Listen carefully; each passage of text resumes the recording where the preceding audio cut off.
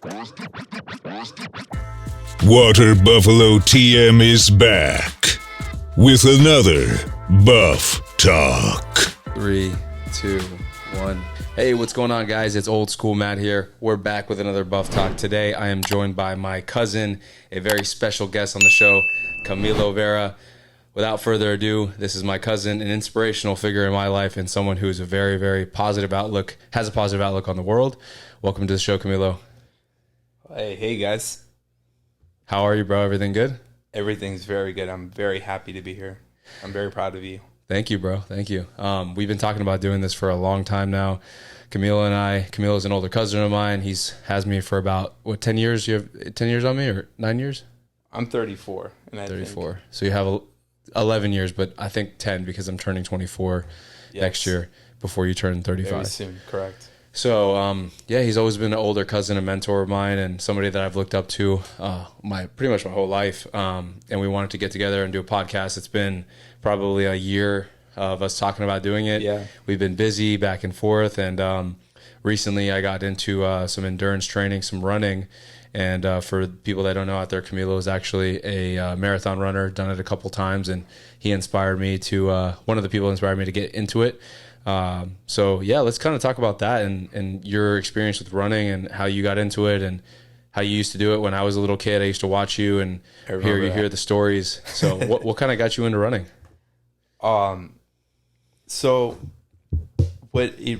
My first time that I remember running for more than 2 miles was when I was 14 or 15. My mom let me go for up to 2 hours, and I was allowed to go within a mile and a half radius. I don't know how my mom would know that, but I went to Barnes and Noble, which is now LA Fitness. This is in City Place, now called what's it called? They changed the name. It's not Rosemary. It's the Square. And I was caught up reading.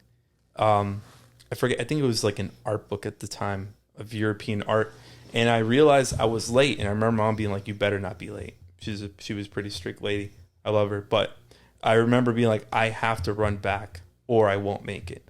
So I ran back. Really? Yeah. That's an interesting story. And I made it only like 10 minutes late, 5 to 10 minutes late.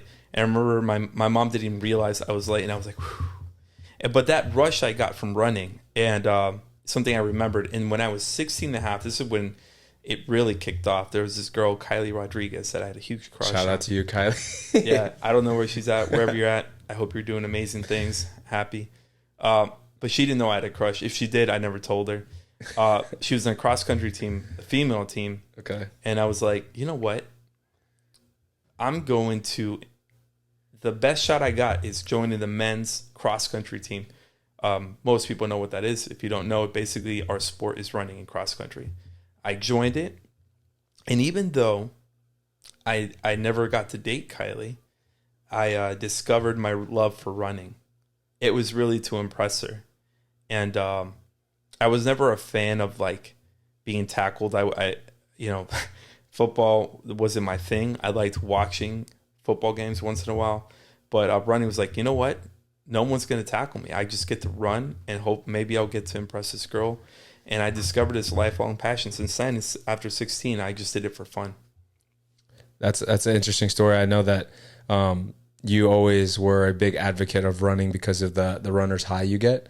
That's something you told me as a little kid. I remember stuck with me a long time. You were one of the first people that kind of introduced me to the benefits of running. But I was so young at the time that I didn't really understand any of that stuff. You were older than me, so you kind of understood like the mental stuff. And I remember you would tell me, you're like, yeah, man, I just go for runs, no music. And when I first started to, I guess, run because of baseball, I think, I don't know if you remember, but I think I would always ask you, like, why don't you use music when you run? Because you never use music, That's right? true. I used to pray. maybe use music once or twice. It wasn't my technology. It was something my brother's like, here, borrow this. It might help you run. It was very nice of him. And it didn't real quick. hurt. Can you move that water bottle out Absolutely. of the frame real quick? Yeah. Yeah, just keep soaking. He didn't it didn't help me, but it didn't hurt me. And I'm so used to running without it. Music that. Yeah, that's something that I remember you used to do a lot. And I don't know, again, I don't know if you remember, I used to ask you all the time, how do you do it without music? And you're like, oh yeah, man, just you kind of get in your mind and you like mental thing. And I never really understood that because I was a young kid. I was like, what are you talking about? But now I get it. You know what I mean? Now I've kind of grown up and you've grown a lot, man. Yeah. And actually, this is about me, but I just keep this really short. I'm literally speechless to running a marathon tomorrow. I don't know if the viewers know, you're running a marathon tomorrow. That is incredible in one word. Well, I'm not going to talk myself up too much because you've run 5, right? I've only run 2 marathons and 3 half marathons. So okay. Yes, 5 really long races for the average person. Even if you're a runner, those are long races. What's the longest distance you've ever done in period? 26.2? I don't think I've ever run more than 26.3. There was one where I just kept running a little bit, but literally it was like a block, and I think that counted as 0.3. Yeah. According to my phone. So That was during a marathon or during training? It was during a marathon. Okay. Yeah. Which ones did you do? Just the Palm Beach ones both times? So, yeah. And the last one I did was in 2018. It was 4 years ago. Okay. And how did that go? For me, my definition, I did amazing. But it's because I'll be honest about this. Statistically, I was in the lower quartile. You divide, there's like 75% of people were ahead of me. Mm-hmm. But my goal was to finish that marathon and beat my previous marathon time. And I did. And for that, I was very grateful. I was at 5 hours and like 40 minutes. My understanding, because you shared with me, I know it's not about you, but you already ran a marathon, not competitively, just to see if you could do it. And you 100% beat that time. So that's extremely exciting. That's reassuring, at least. Yeah. It's pretty exciting. I mean, I'm no, like you said, I'm no like competitive runner. I'm probably gonna end up doing it in like 4 hours and 40 minutes, probably the same time as I did before. But I just looked it up online.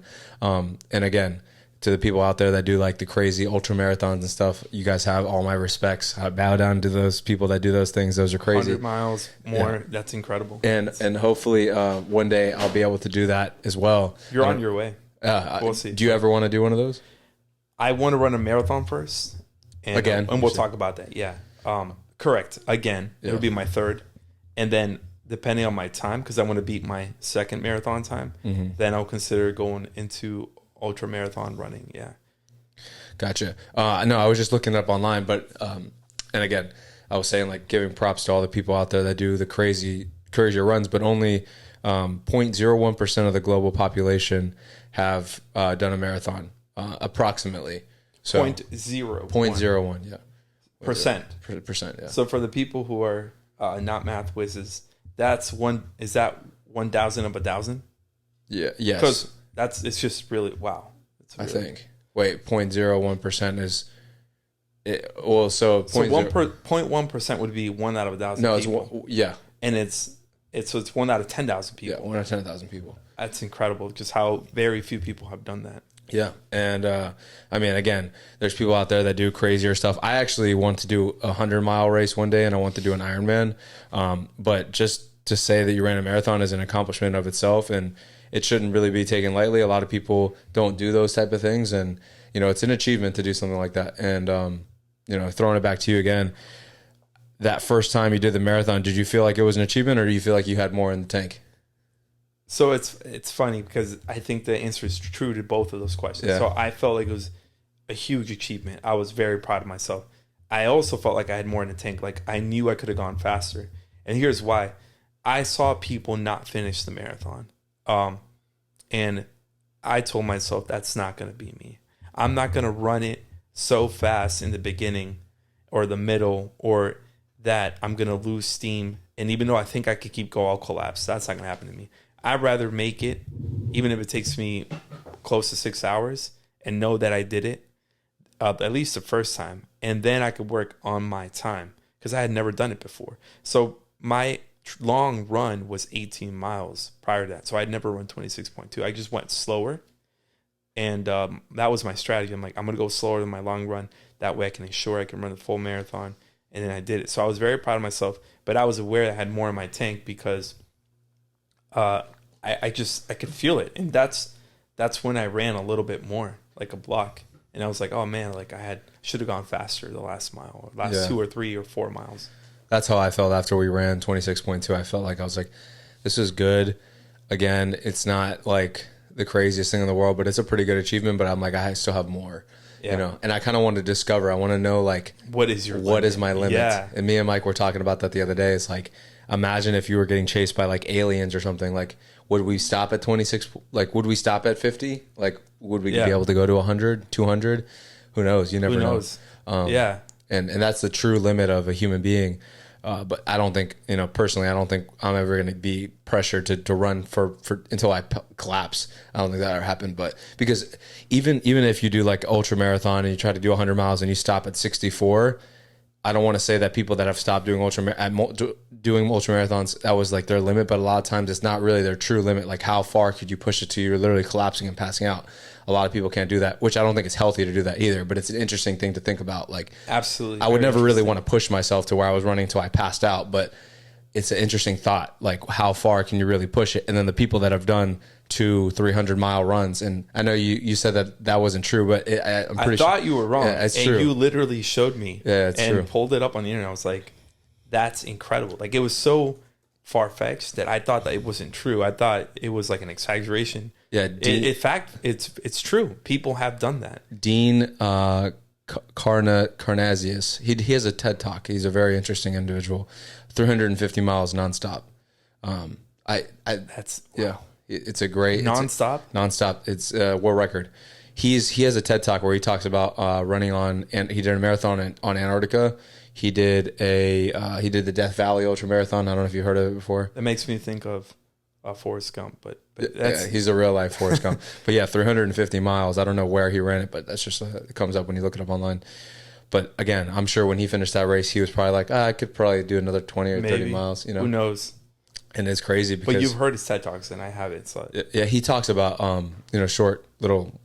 From what I remember, I watched it a couple times.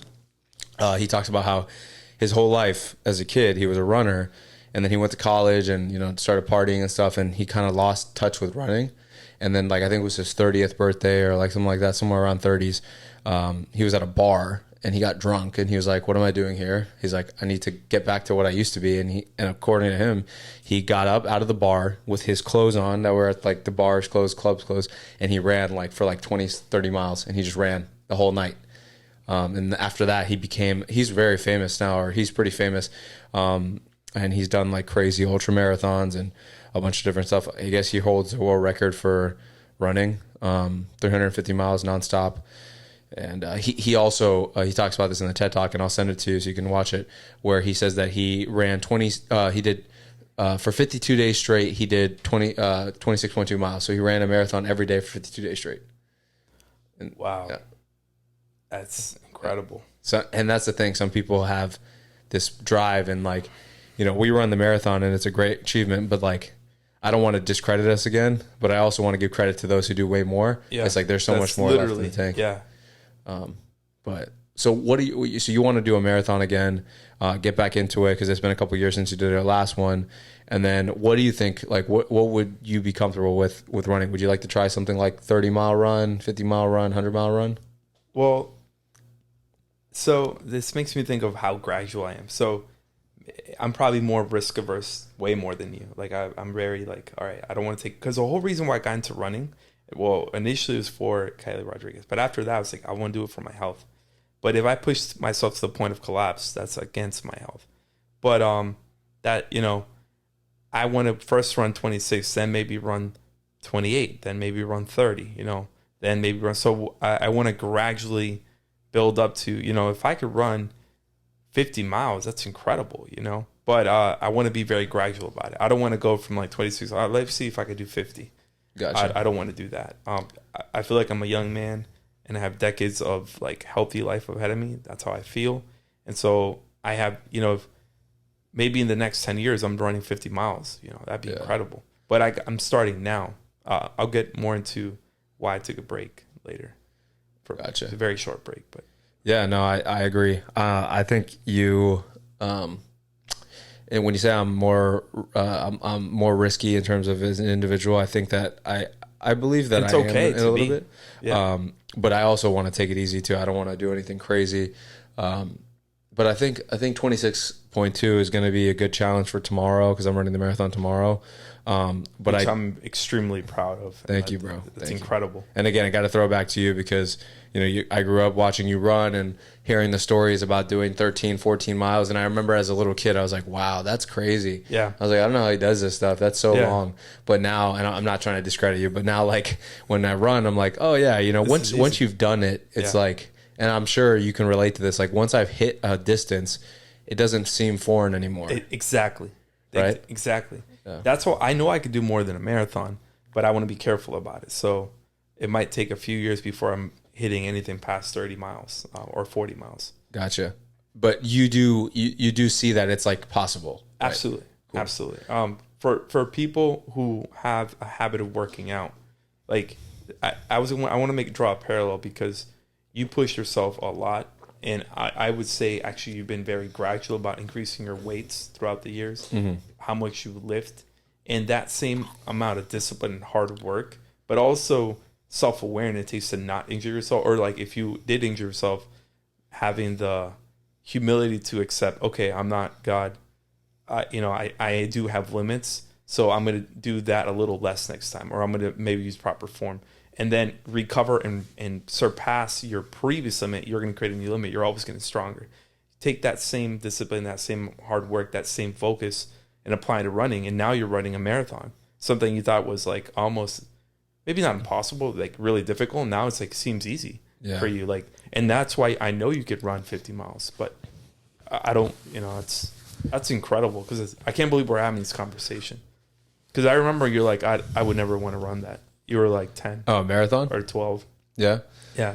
No, I think that like what you said is just taking it easy, slowing it down a little bit and seeing like the next steps.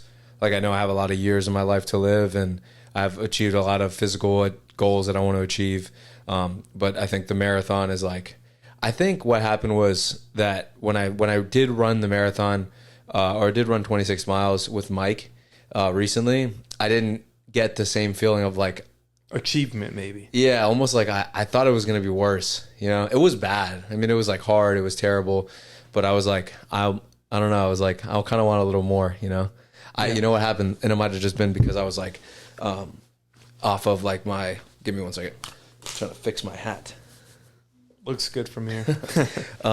No, so what happened was, I don't know if it was because of the hormones or whatever, because you release a ton of hormones when you're running, like you do. Adrenaline, whatever, absolutely. cortisol and stuff. All that. So it keeps you like kind of like hyped up. And at some point I kind of felt... That's the runner's high, man. Yeah. I kind of felt like high, like euphoric in a way. Yeah. A way I've never felt before.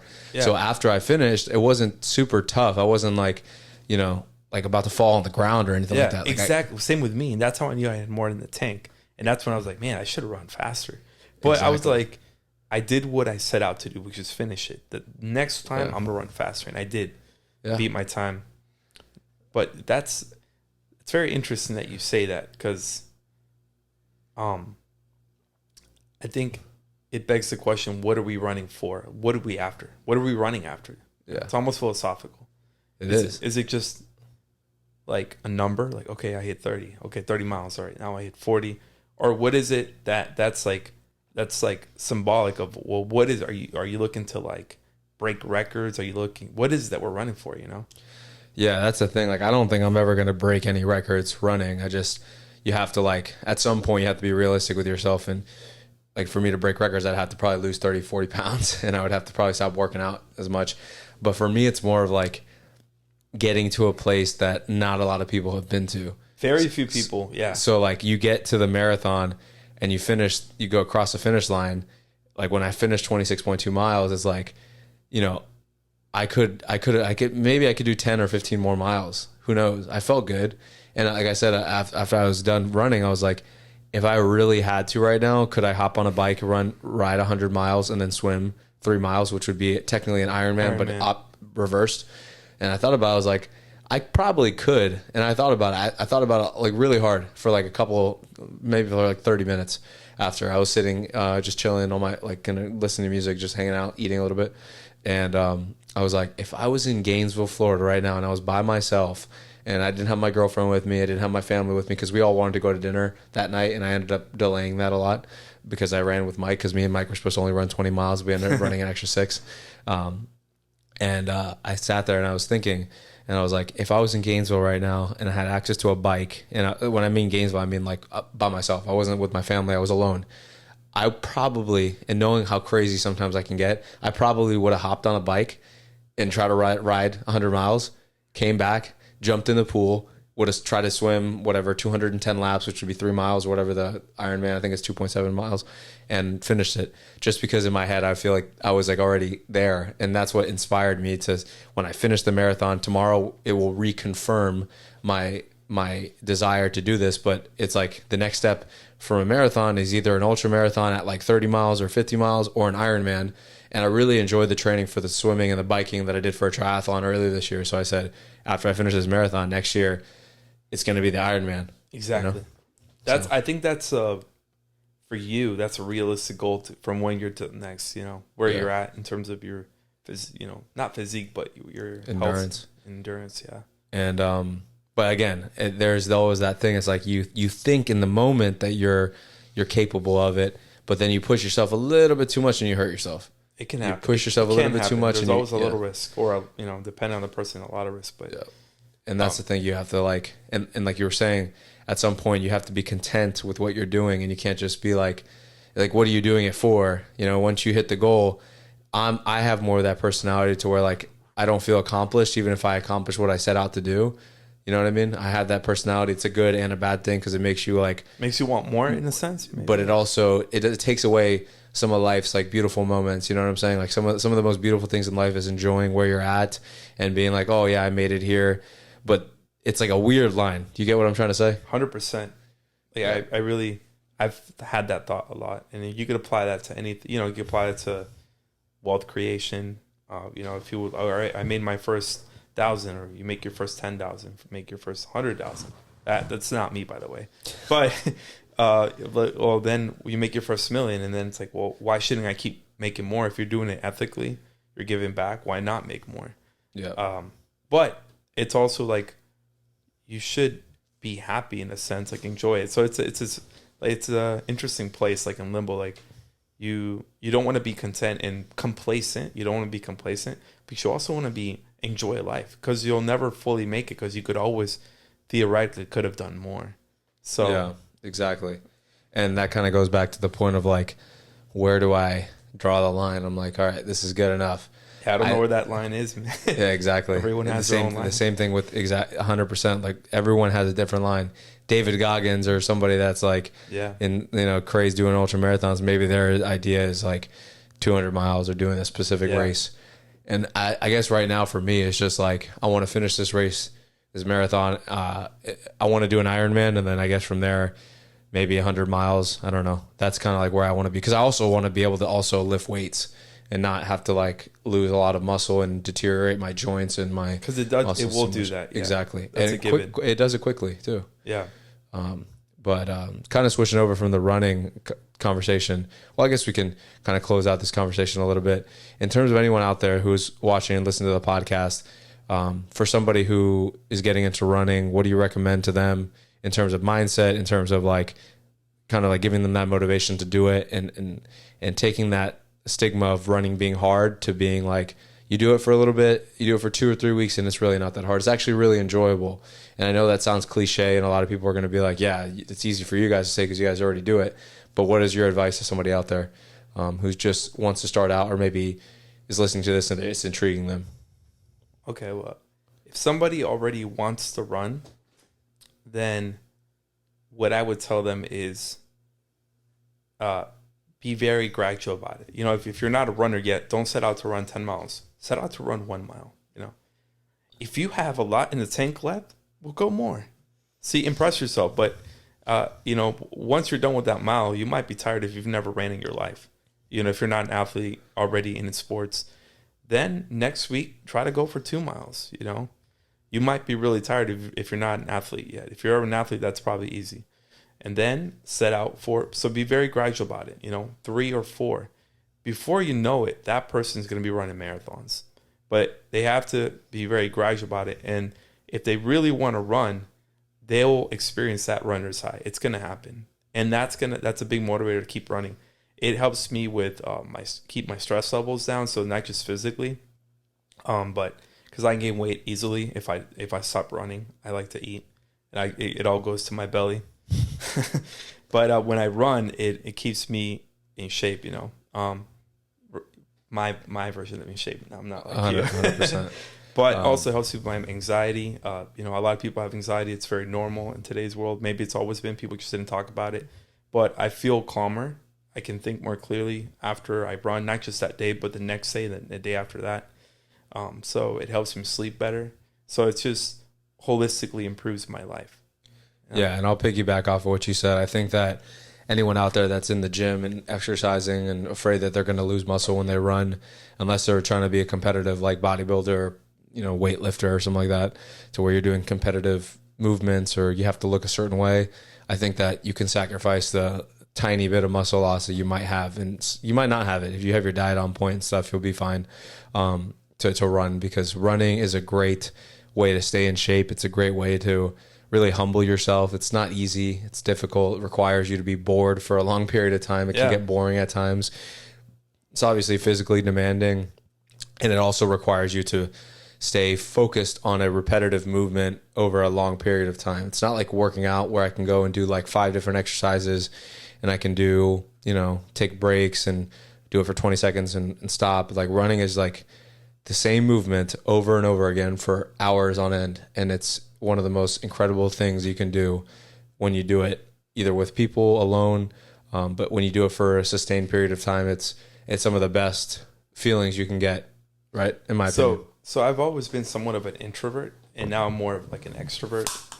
But so keep talking. Yeah. You keep talking. So when I ran, I went into my mind, and it was interesting because I got to think about and reflect on a lot of things going on in my life or things from the past, and I could also like strategize for like what's my next move in life.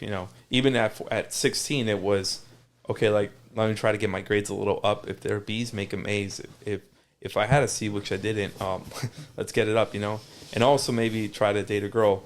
But over time, your next move changes. But there was always something relaxing and gratifying about knowing that you're not wasting time sitting at home thinking about what's my next move. You're literally on the move. And it actually helped my thinking process be more fluid. And I start to feel, as the adrenaline starts to go through your body, you become more positive. I felt more positive, and I started knowing I can accomplish my goals. So it's all this mental stuff going on while I'm running. So rarely did I feel bored. A lot of people may need more of that like external stimulation to feel excited, engaged in the activity. But now, over time, I've become more of an extrovert where I like the external stimulation. So I don't run on a treadmill. I'm not against it. I think that you get a very similar workout. It's not the same. I think it's harder, to be honest. You think it's harder? Because to me, it's more boring. Unless you're listening 100%. To podcasts or, I don't know what some people are into shows. I don't really watch shows. But when you're running, I like running surrounded by beauty, nature. And then I see other runners. Like I run on Flagler sometimes, and this is right by the Intercoastal. So I see the beautiful Intercoastal. I see the homes on the other side on the island. I see the homes on my left. They're also beautiful. And then I see people of all ages taking care of their health. And I'm like, man, when I'm like 100 or 80, I want to be like that person right there who's walking, without a cane. Yep. Or they're jogging. They're jogging slow, but they're 80, I want to be like that father who's inspiring his children to run after him. They're running as a family with their wife, and I can be. So I'm going to take care of myself now. This is going to pay off benefits for decades and generations in the future, at least decades, for at least my life. I agree wholeheartedly. I think everything you said is on point. I would say that for people out there that are listening to the podcast, take it from what he said in terms of like, all the benefits and all the things that are wrapped up in this beautiful, very human nature-esque type of exercise. Like it wasn't natural for us to bench press or use dumbbells to do curls, but I think that, anyone out there that's, a normal average human being that has, some sort of logical reasoning can understand that running is probably the most basic form of human exercise.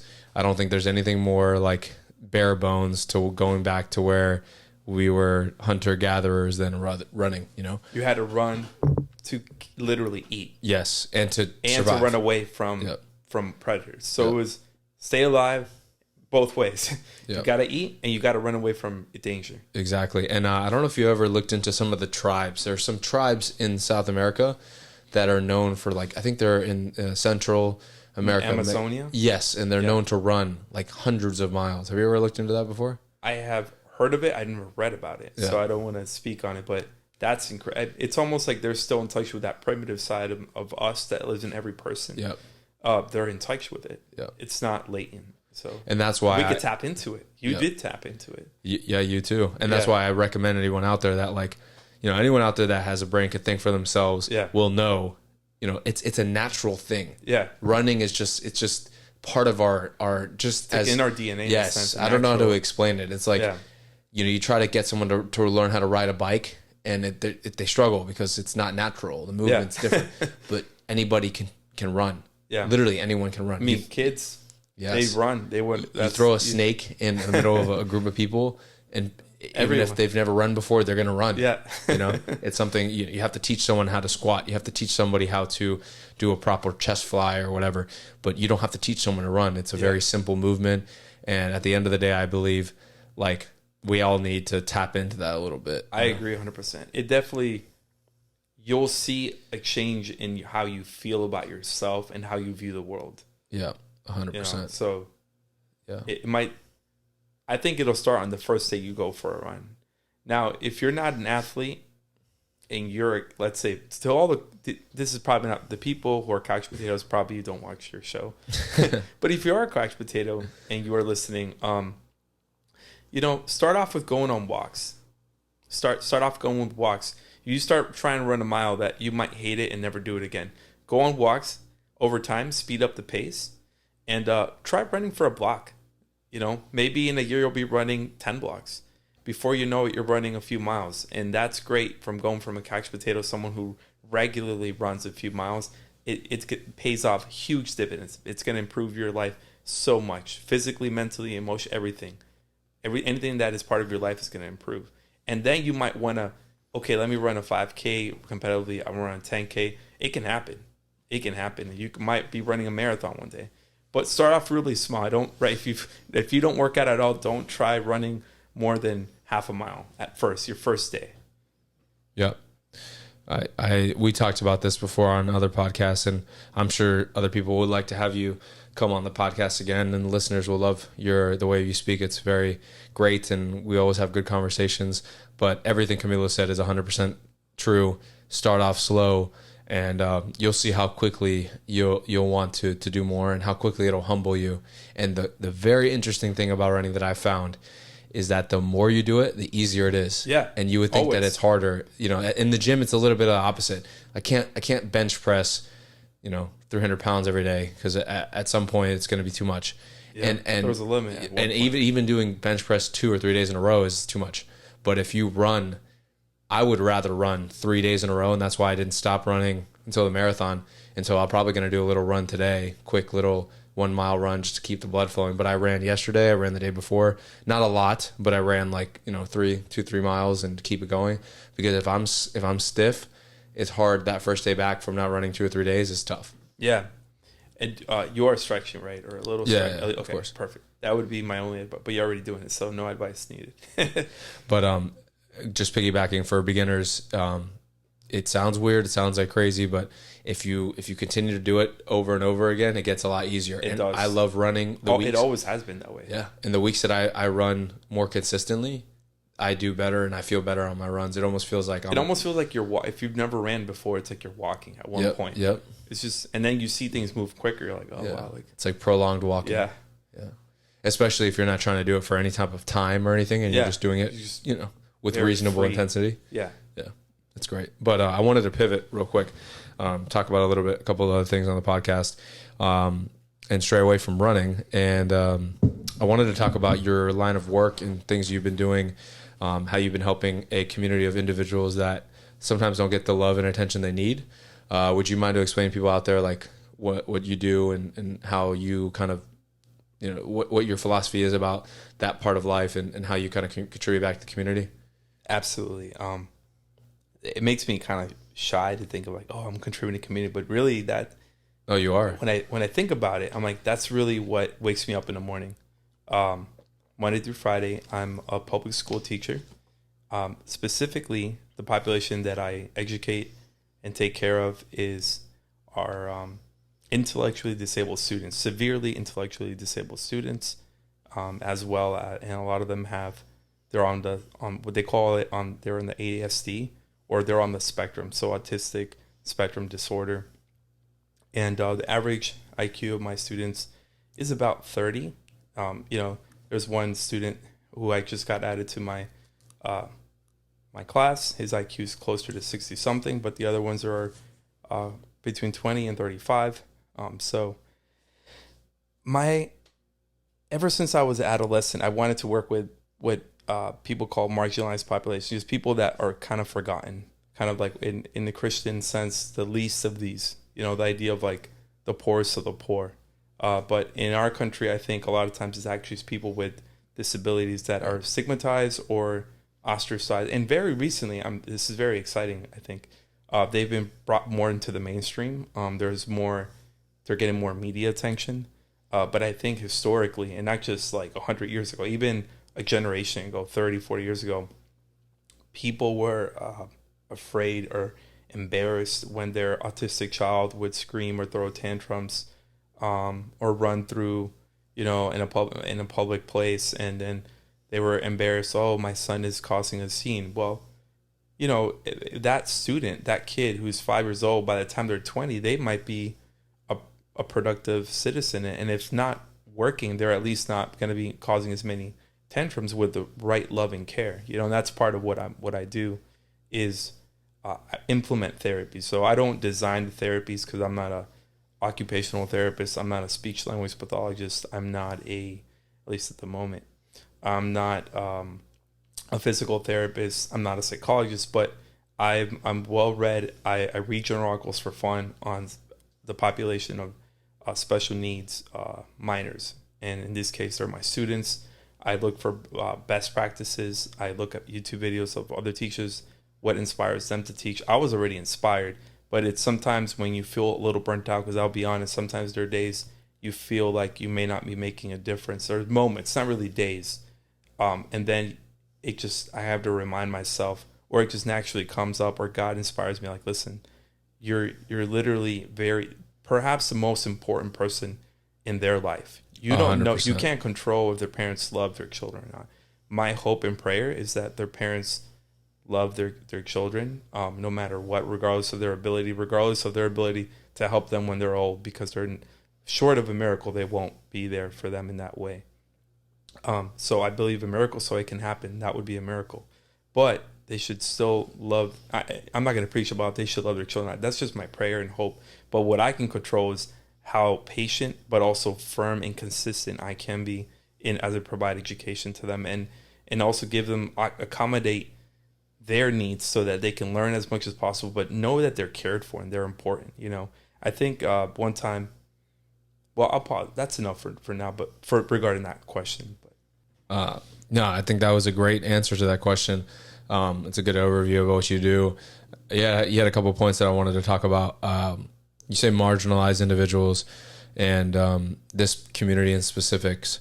What about society do you think that like we kind of forget about like these individuals? Because I agree. I think that so legally, don't talk about that a lot. Legally, everyone's equal in this country. But so I think to your question, I think there is a focus on the superstars, and this might not just be in our culture, in our society, in the United States of America. It might be universal.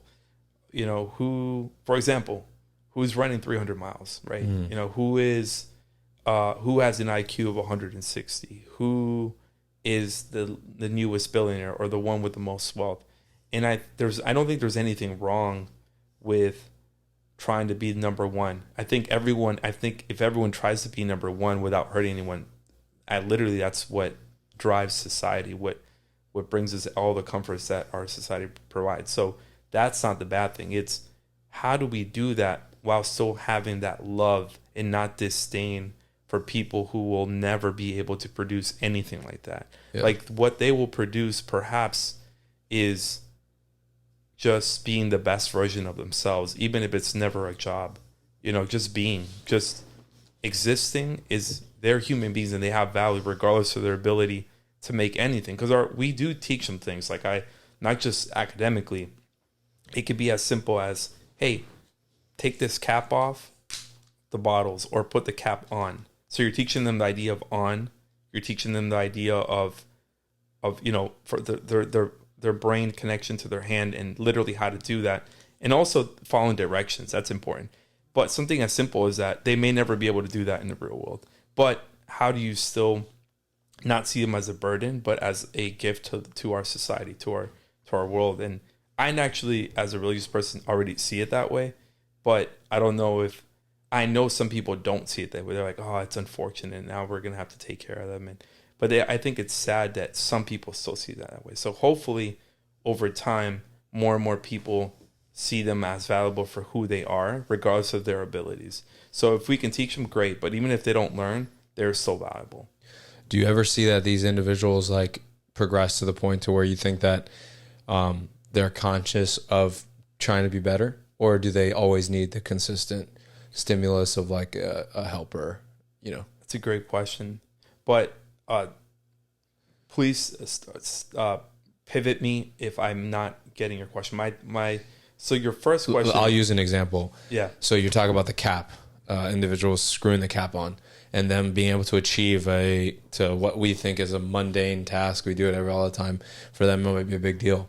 Do you ever see that when they're getting things like this right? Let's say putting a cap on, or I don't know, what's another task? Maybe another task could be putting things inside the box. Yeah, the box. I'm not gonna open the box, but just putting anything in there. So when they build the confidence, right? Yeah. If they do it once, maybe they can't do it the next day, but maybe after a month they're able to do it. Always do it, or maybe not. So at our school, yes. In my specific classroom, now, no.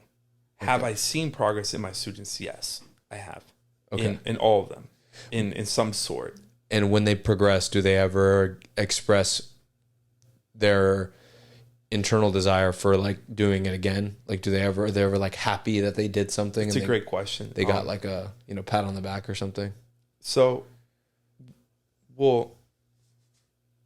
before you said a pat on the back, I want to say that a little history. 5 of my students are nonverbal, meaning they don't have words. That doesn't mean, the big misconception in society is that they don't understand language, and that's false. They have extremely hard time understanding language, anything that's not concrete. But they can understand a simple command like stand up, sit down, even without the gestural prompt to get up. But that's about it. And you have to speak very slow, make sure that you have eye contact with them for them to be aware of that you're speaking to them. My students in my classroom, because every student's unique and other classrooms are a little different. But I have noticed that they're able to learn very basic things. For example, there's a student that's on the cusp of learning to put their backpack in the cubby without any physical assistance. And I'm not going to take credit for it. It might be the past, they're 13, the past 8 years of being in school, and now it's just starting to happen. But it's the effort of teachers and other assistants that I've done it for 8 years and starting to happen in my classroom. You know what I mean? Yeah, it's not because of me. No, I'm part of an equation. What does your typical day-to-day look like with these individuals? It's pretty wild. Yeah. So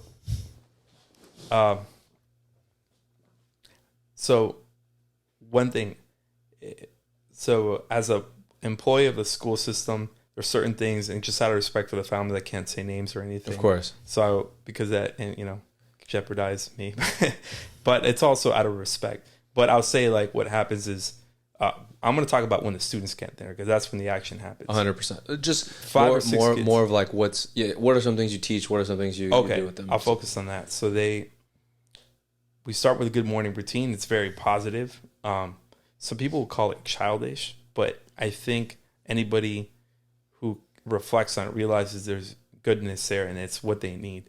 We start reviewing days of the week, months of the year. We review what day it is, what was yesterday, what's tomorrow. So we're orienting them in time and space.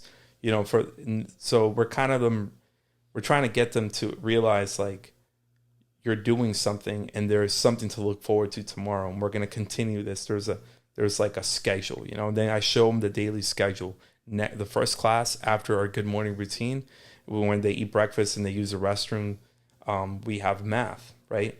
So even understanding the idea of that something's coming up, it's kind of hard for them to fathom, but I show it to them every day. I have a visual schedule with the subjects. And so in math, we do a lot of concrete things. What is that? Just literally, I count with objects. This is the water bottle. Let's count how many water. I'll bring 10 out. I'll count to 10. Here's 1, here's 2, and I'll do it over and over again for 30 minutes. I go around one-on-one with each student. So it's not just in front of the 5 or 6 kids. I show them and I interact with them for 2 or 3 minutes. And you mentioned pat on the back. A lot of these students remind me of myself or just humans in general. Like everybody wants to be appreciated and wants to be shown, like celebrated, right? So when I give a student a high five or I smile or great job, I'm going to make up a name, Johnny. Great job, Johnny. That was excellent. They may not know the word excellence. They can hear the tone of my voice and they sense the love. Do they smile? Do they give you anything? Exactly. They smile. They giggle. Some of them applaud themselves. Like they know an applause is a good thing. So I'll be like, great job. And they'll smile and be like, they start clapping for themselves. And that brings me joy. Like, honestly, the first day that I worked as a public, as a special needs teacher, I remember I almost cried, but I didn't. May have let a few tears out because I was so sad for them. But when I saw these kids had a lot of joy in their life, a lot of them smile, they laugh at themselves and their classmates. I'm like, if they can be happy, we can all be happy too, We can all be happy. So I felt like they helped me, inspire me to try to be a better human being in every sense and to fully use my abilities. Like, okay, this kid may be physically disabled. Short of a miracle, they'll probably be in a wheelchair the rest of their life. But I'm not in a wheelchair right now. I can go for a run. So even though I might feel like tired or whatever, let me run at least 2 miles today, or let me go for 3 or 4. Let me see what I could do. So it inspires me that way because for them, it might be taking their first step without a wheelchair. That might be, something amazing to celebrate. For me, it might be running a marathon. By the way, my first marathon was after I started working as a teacher. Really? Yeah. So I could almost indirectly say I had run half marathons. Okay. 3 prior to that. Well, I guess 2018 was not too... That was 4 years ago, and that was my first... That was the last... So I ran one in 2018 and then in 19. Okay. Gotcha. You had done halves before. Halves. All halves. Got it. Going back to the topic of your students, when they feel like they have been rewarded, they feel like they've accomplished something, do they ever try to do anything on their own in terms of the classroom? Like, do they ever take the initiative to try to do something like to impress you as a teacher or impress the people you work with? Because it's not just you, right? You have assistants. I do have 2 teacher aides or 2 assistants. They're technically called paraprofessionals. So yes, but it may not look like what I notice as them taking initiative or being independent may not be what other people realize being independent. But I'll specify. For example, I turn on the smart board. That's basically like a huge TV. It's really a computer screen, and it has questions, and it has like visuals and everything. There might be a student that walks up to the board already and starts to touch. So even though they might be touching the wrong answer, or even though they might be touching the wrong area, like the question might be here, they know that they were supposed to go up and answer. So they might be even going up to answer out of order. Like maybe I wanted, Joey to go first, and they were going to be second. they're in my eyes or in my mind, they're trying to impress me. I taught them to go up to the board. I taught them to look for an answer and touch. And now they're trying to impress me like, oh, I'm supposed to go up to the board. So they're going up to the board. They don't realize yet there's an order. I have to call you first. But they went from not wanting to go up because before they would literally not fight me, but they would resist. They would push away. They're like, who are you? Why are you talking to me?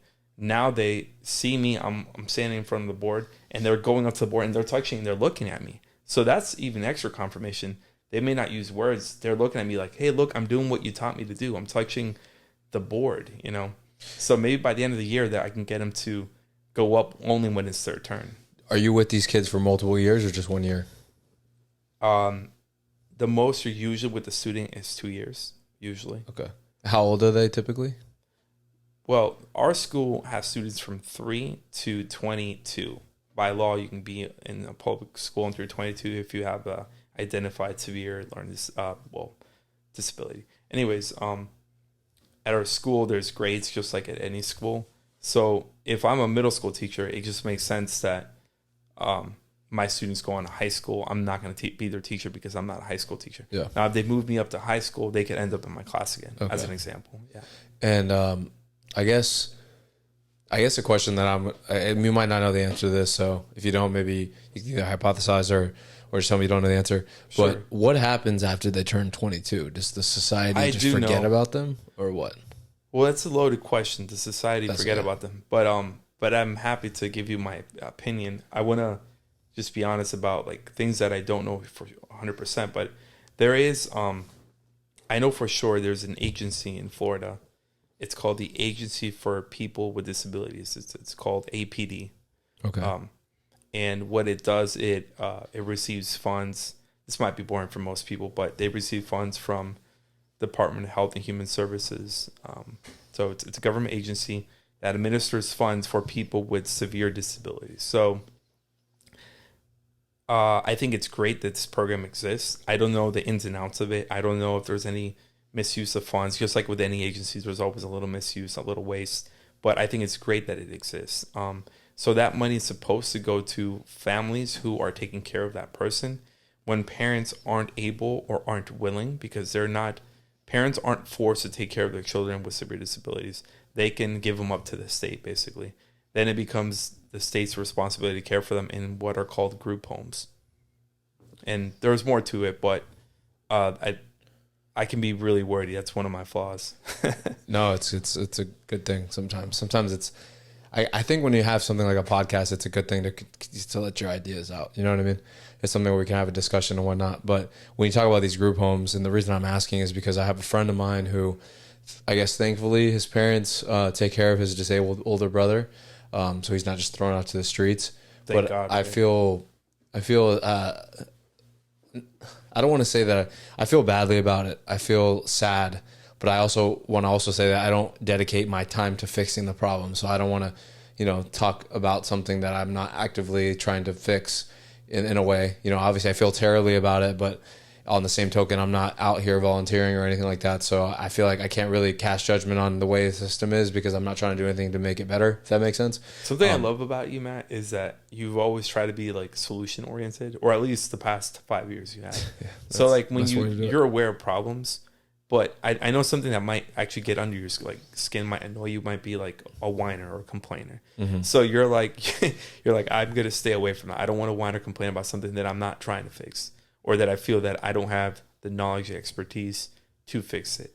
And I think you are helping by even bringing me on this podcast. And maybe it was because for your cousins, I know you love me, but it's like you literally are asking questions about what I do. So that's bringing more awareness to, hey, these people exist and they did nothing to deserve this. Yeah. And, I'm talking about the imperfect system we have, but I think it's great. I think it's great that we have a system to take care of these people, and then nothing's ever going to be perfect on earth, no matter what. Yep. Because me and you are both believers. We know that God has a plan for everything, and earth is just a temporary place. But it's great that we have a plan. You know, it could be made better. Yes, of course. And again, I'm not going to comment on anything because I don't do anything actively to try to help. I would love to one day help this community because, unlike other marginalized communities, like you said, these individuals, these kids, these adults, they have done nothing to have these things. You can make the argument for other communities that have been marginalized. They actually at least had an opportunity.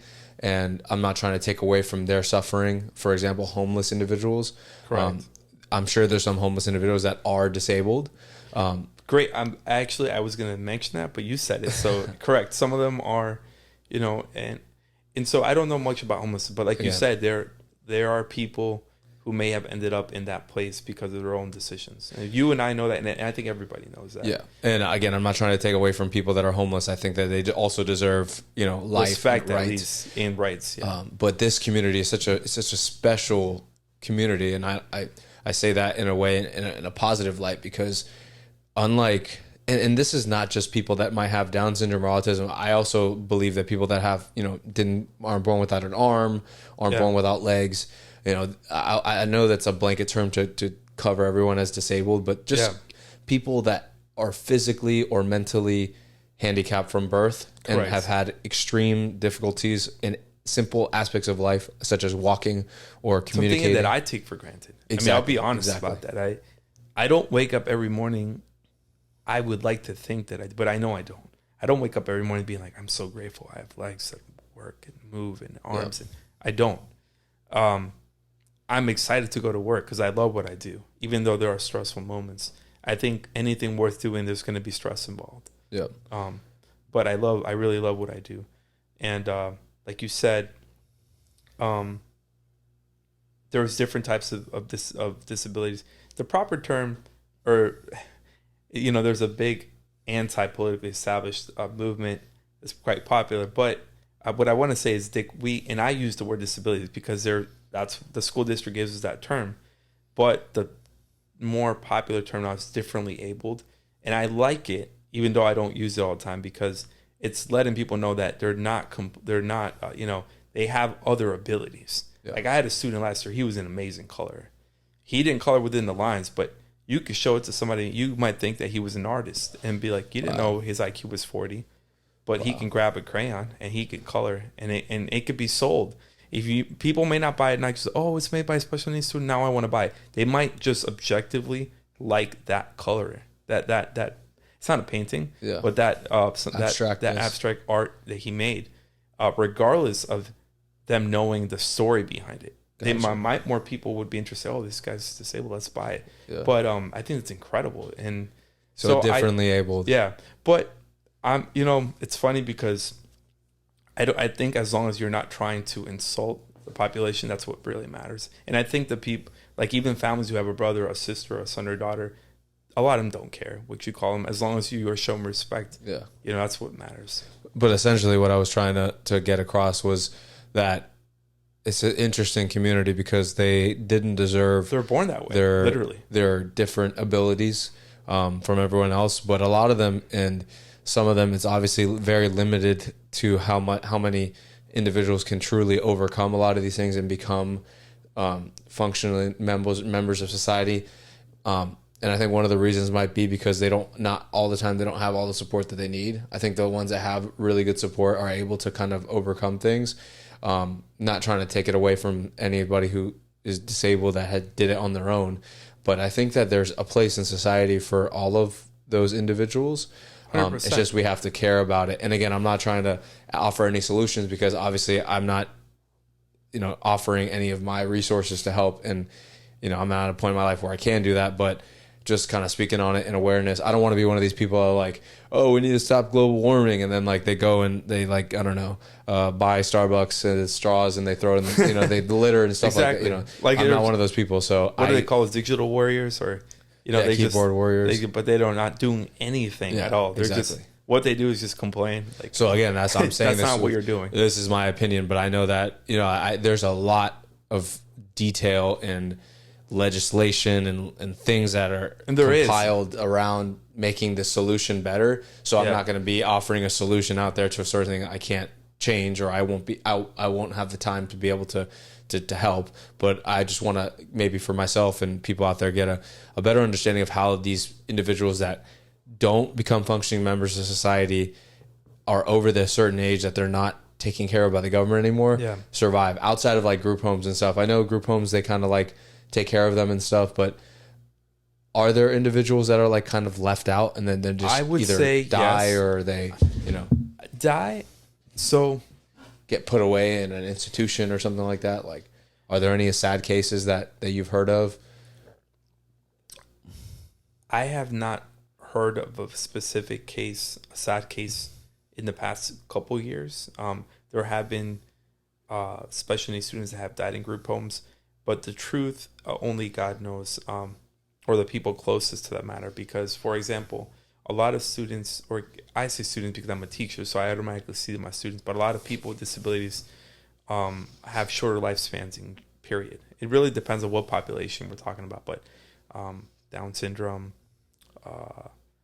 actually all of them have a shorter lifespan. So just because somebody like died significantly at 40, shorter, or I don't know, significantly shorter in the sense that it's more than 5 years. That's a significant, statistically significant difference, But I don't have numbers right now. But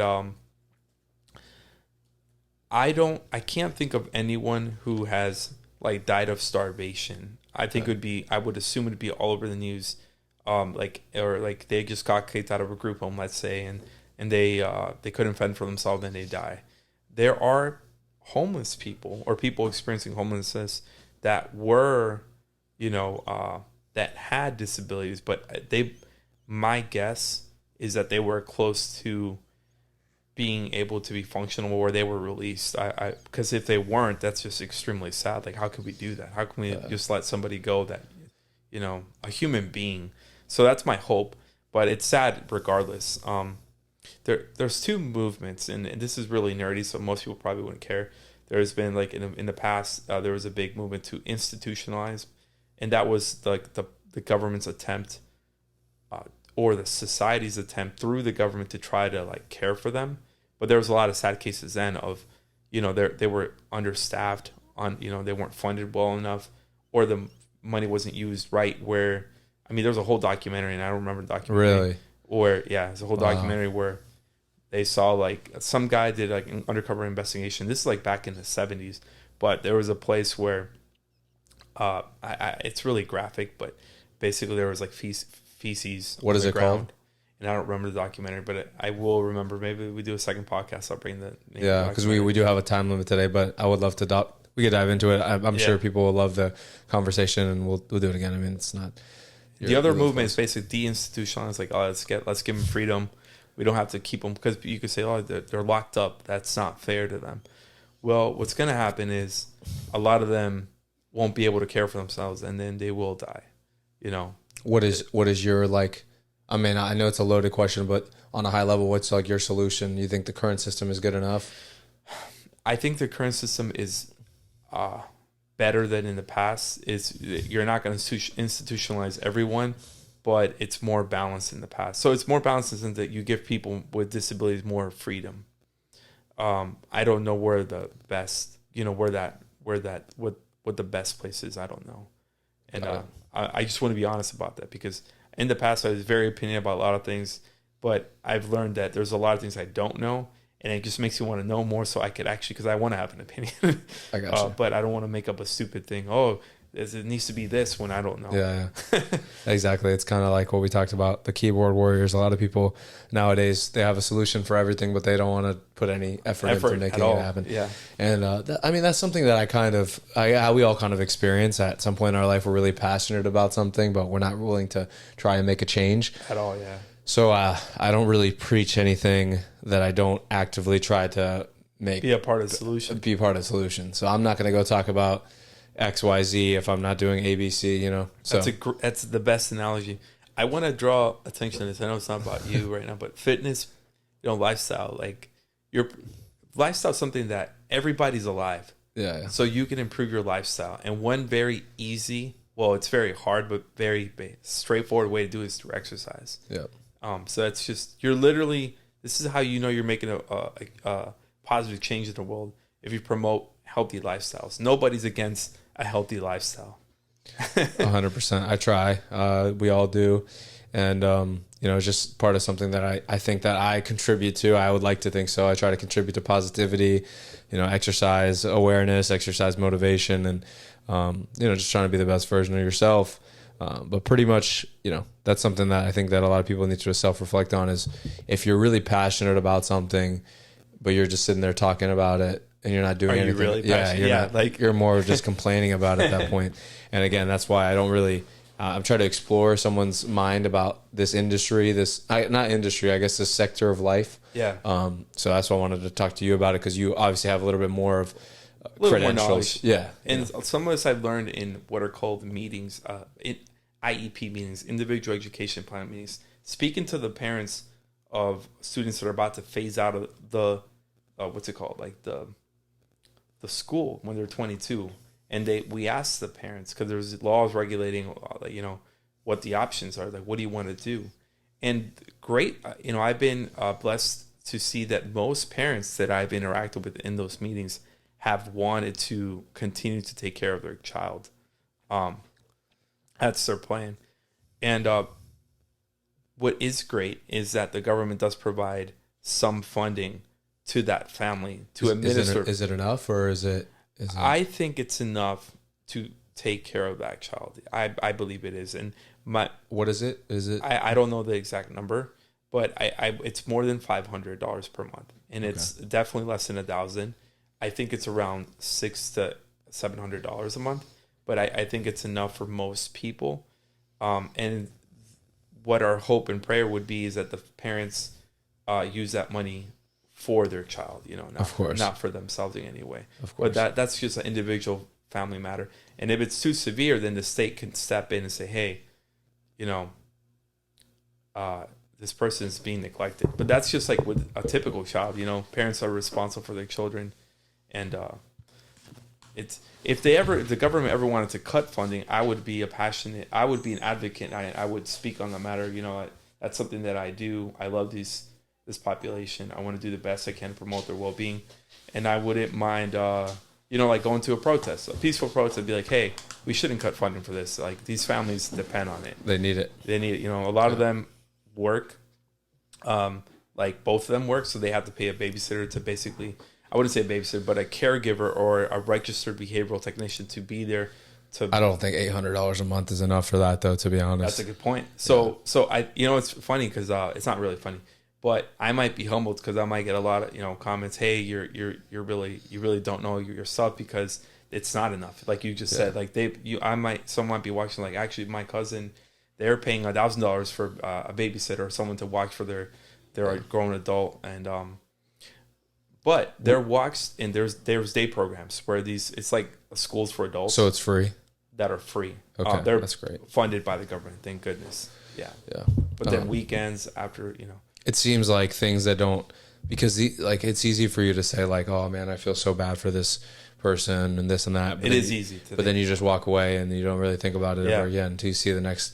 Like the other day I saw a disabled child at like Publix or something, and I just wanted to like give the dad like a handshake him, or like just give him a hug or something. Like, I respect you. Yeah, because I really do, and I think just bringing more awareness to these individuals and their accomplishments is great too. I see online a lot of times people will post videos of maybe some individual has Down syndrome, or maybe someone that has autism that's doing something great. I think that awareness towards these individuals is good, and any private funding would be great too. Maybe a lot of churches.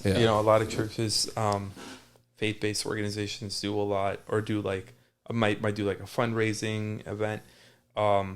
I don't know any details, but I know that as a Catholic, the Catholic Church has certain campaigns, but I can't speak on anything specifically right now because I don't have the details. But that's something I'm proud of.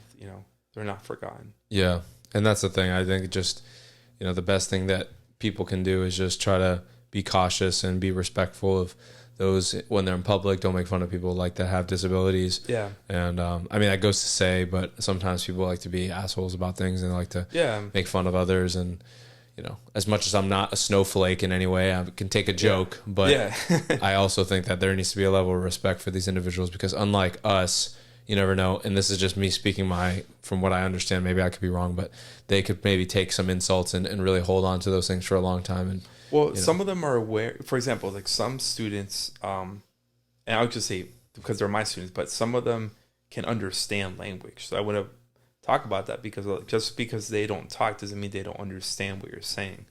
And a lot of them are actually like experts because their life in a sense depends on it, on understanding intonation in our voice or like our facial expressions. They're under, so if anybody's ever being mean around them, they might recognize, oh, that person really doesn't like me, or they don't care about me. I'm nothing to them, and they're making fun of me. So that person might be like, oh, I'm just doing it to be like kind of like cool with my friends and just kind of, you know, release some stress, making fun about this special needs person that won't recognize or understand that I am.